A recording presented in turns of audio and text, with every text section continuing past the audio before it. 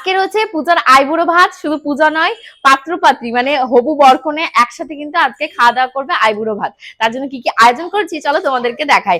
তো আমার কিন্তু সকাল থেকে বিশেষ একটা রান্না বান্না হয়নি, মানে করে উঠতে পারিনি, গড়িতে বাজে তোমাদের এখন প্রায় 12:30 একটার কাছাকাছি। এখানে রয়েছে তোমাদের ভেজ ডাল, ভেজ ডালটা কমপ্লিট হয়ে গেছে। আর এখানে রয়েছে তোমাদের ইলিশ মাছ, ইলিশ মাছটা ম্যারিনেট করা রয়েছে লবণ হলুদ আর সর্ষের তেল দিয়ে। আর এখানটাই হলো স্যালাড কাটা হয়ে গেছে, এই দেখো সুন্দর করে স্যালাড কাটা রয়েছে, পেঁয়াজ শসা আর কাঁচা লঙ্কা এই দিয়ে স্যালাডটা বানিয়েছি। আর এই যে দেখতে পাচ্ছ কিউটস একটা বালতি, এই বালতির ভেতর পূজা এবং স্বর্ণজিতের জন্য ডালটাকে আলাদা করে তুলেছি। এখানে রয়েছে আমার জলপাইয়ের চাটনি, এই যে। আর এখানটায় রয়েছে স্পেশাল একটা আইটেম, সেটা হলো ইলিশ মাছের তেল দিয়ে চচ্চড়ি, মানে ফুলকপি টপি এই সমস্ত দিয়ে শীতের সবজি দিয়ে একটা চচ্চড়ি মতন হয়েছে। আমার ভাত অলরেডি হয়ে গেছে। এসে একটু রান্নাঘরের অবস্থাটা দেখাই। তো রান্নাঘরে এখন আমি যেটা করব সেটা হলো গিয়ে এই যে দেখতে পাচ্ছ তোপসে মাছগুলো রয়েছে, তোপসে নয় এগুলোকে চিতই মাছ বলে, সরি। এই চিতই মাছগুলোর গায়ে আমি ভালো করে লবণ এবং হলুদ মাখিয়ে নেব, কারণ আমি এটা দিয়ে ঝাল বানাবো। আর একটা মাছের গায়েও আমি লবণ হলুদ মাখাবো, সেটা হলো আর মাছ। মাছগুলো সবই আমার ধুয়ে টুয়ে রাখা রয়েছে, শুধু লবণ হলুদই লাগানো হয়নি।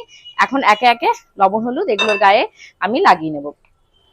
আর মাটনটা আমি কিন্তু আগের দিন এনেই ম্যারিনেট করে রেখে দিয়েছিলাম, তোমাদেরকে দেখানো হয়নি।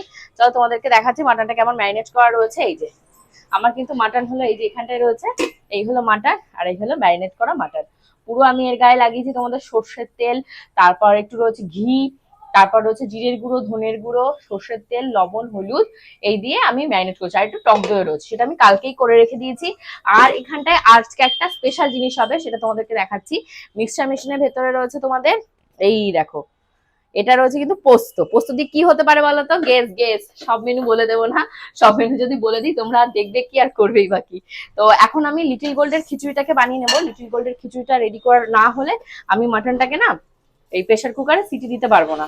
আর আমি প্রত্যেকবারই বলি যে মাটনটা আমি প্রেসার কুকারে সিটি দিয়ে খাওয়াটাই প্রেফার করি, যেহেতু আমার সবজি টবজি ধোয়া আছে রান্না করতে, আর আমার বেশিক্ষণ টাইম লাগবে না। আমি কালকেই সর্ষে বাটাই দেখো, আমার এখানটা সর্ষে বাটা রেডি করা রয়েছে, এই দেখো ইলিশ মাছের জন্য সর্ষে বাটা করা রয়েছে, তারপর চিতই মাছের জন্য মশলা পেস্ট করা রয়েছে, আদা কাঁচা লঙ্কা পেঁয়াজ কাটা রয়েছে।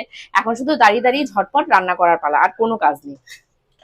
আমি লিটল গোল্ডের সবজিটা আজকে ভালো করে ভেজে এবার ধুয়ে নিতে হবে, ও চাল আর ডালটা দিয়ে ধুয়ে নেব।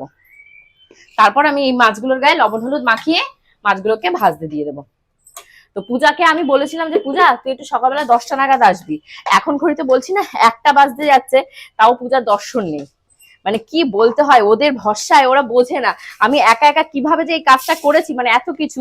তা যারা করেছে আমার মতন তারাই শুধু বুঝবে, আর আদারওয়াইজ কেউ বুঝবে না যে এত কিছু